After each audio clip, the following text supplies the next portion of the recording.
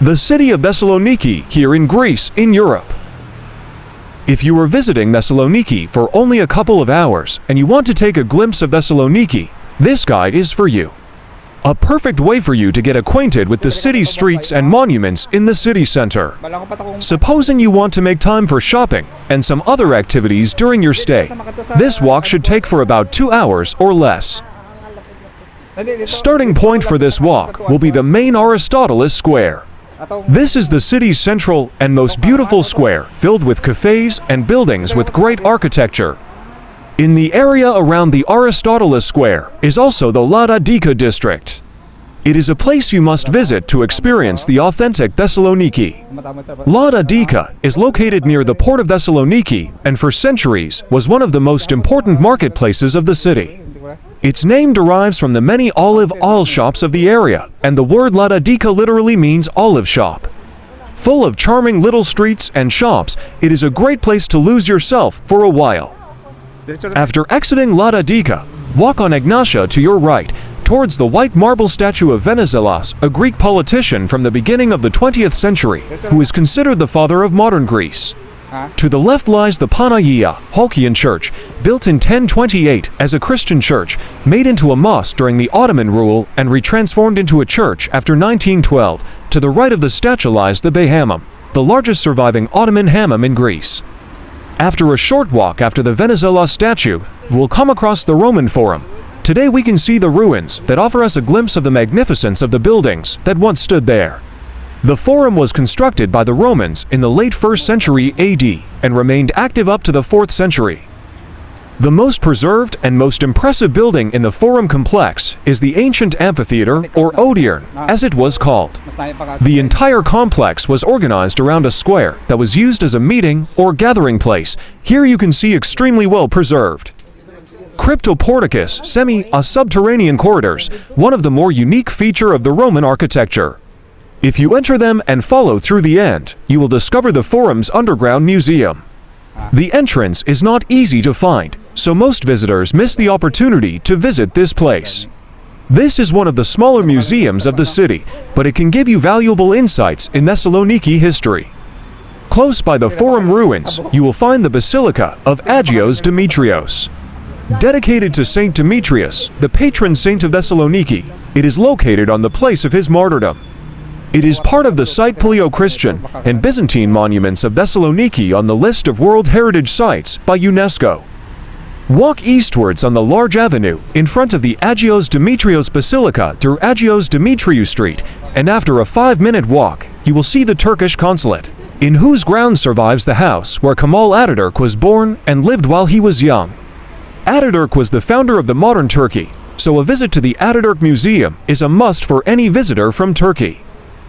After the Turkish consulate, walk towards the sea down the Apostolou Pavlou Street, and you will come across Rotunda, a huge cylindrical Roman building built in 306 AD by Emperor Galerius. During its 1700-year-long history, its use was changed many times. Originally, it was meant to be a mausoleum or a Roman temple. From the 400 AD, it is a Christian temple decorated with early Christian mosaics. Sadly, just a few fragments still remain. After more than a millennium as a Christian church, Rotunda was converted in a mosque during the Ottoman rule in the year 1590 AD. The minaret was then built, and it still stands today as a testimony to Thessaloniki's multicultural spirit. It was preserved when Rotunda was turned in a Christian church once more after the liberation of Thessaloniki in 1912. Galerius was a great warrior renowned for defeating the Persians and capturing their capital. To commemorate his triumph, Galerius built a great arch in Thessaloniki.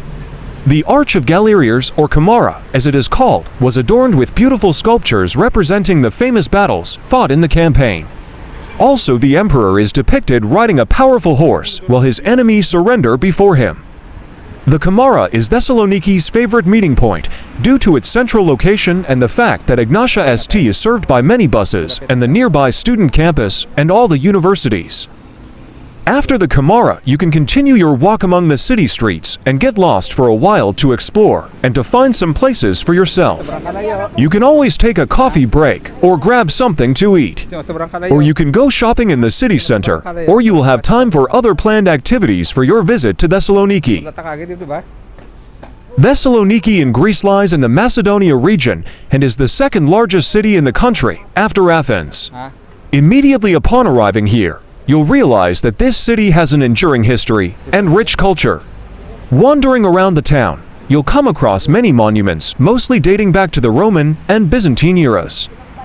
The most important signature landmark is hands down the White Tower, located at the Porti. The White Tower is the most photographed tourist site.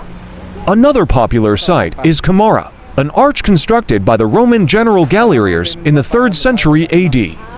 Other interesting places to visit in the city center of Thessaloniki are the Roman Agora, a beautiful ancient theater, the Palace of Galerius, a vestige of the Roman era, as well as the World Heritage listed Byzantine churches. Sightseeing is not the only thing to do here.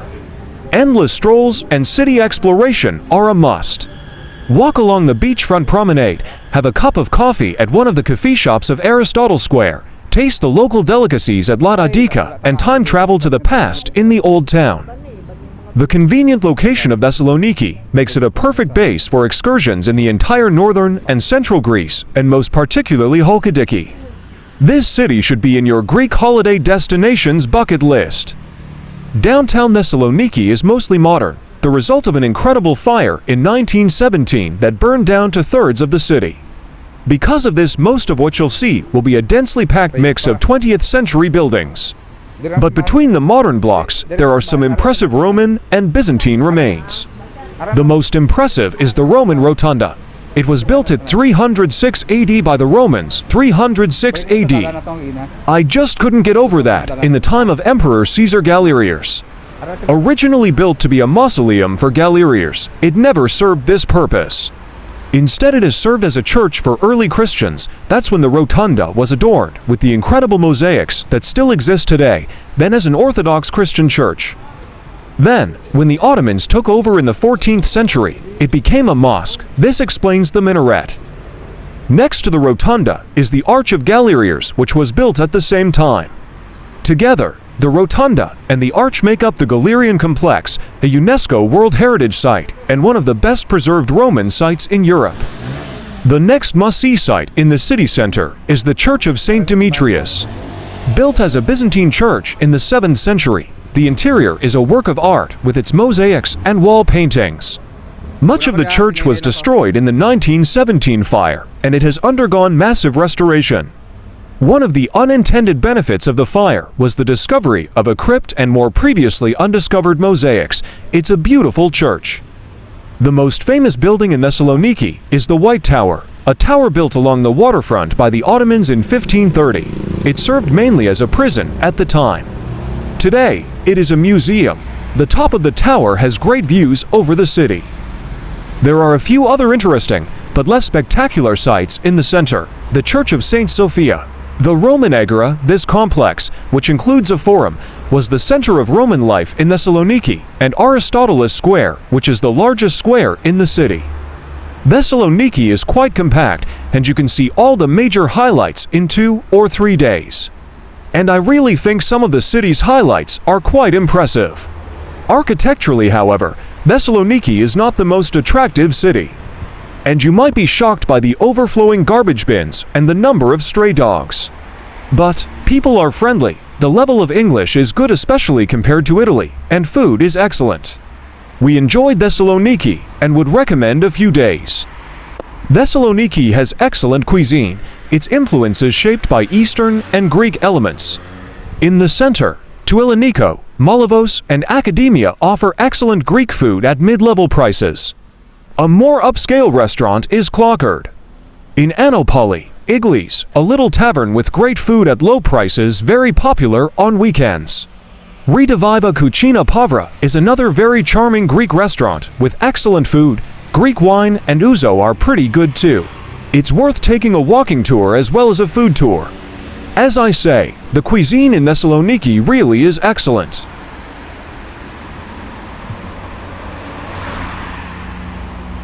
Malingling naman lang ko, dire naman no. Malingling naman lang ko.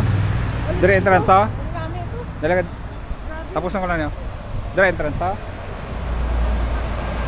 Sa tubang. Tapos ako lang niya.